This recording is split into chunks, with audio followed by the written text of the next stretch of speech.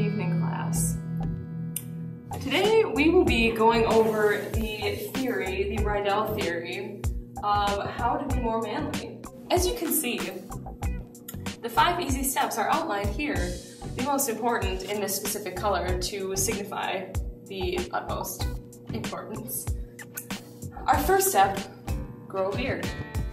Now class, I understand none of you currently have the hormonal ability to grow a beard.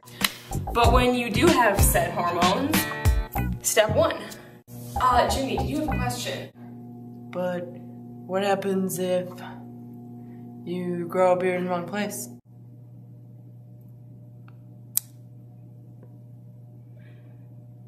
Jimmy?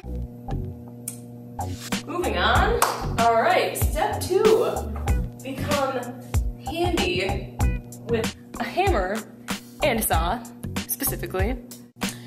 No other tools will provide you with the amount of hormones necessary to proceed with step 1.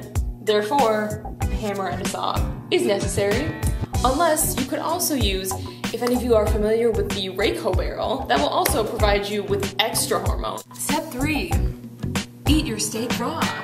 Some restaurants and other consumers would say eating your steak raw is primarily a health concern.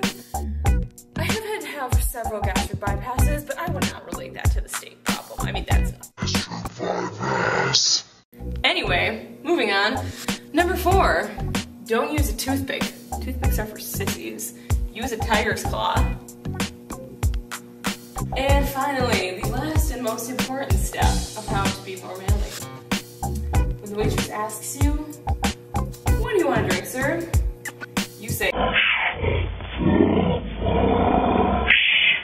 false. You say thunder, like every other man in this country. That's what made America great. Men didn't drink water. They drank thunder from the gods. Alright, good job today, class. I'm glad you all could make it today.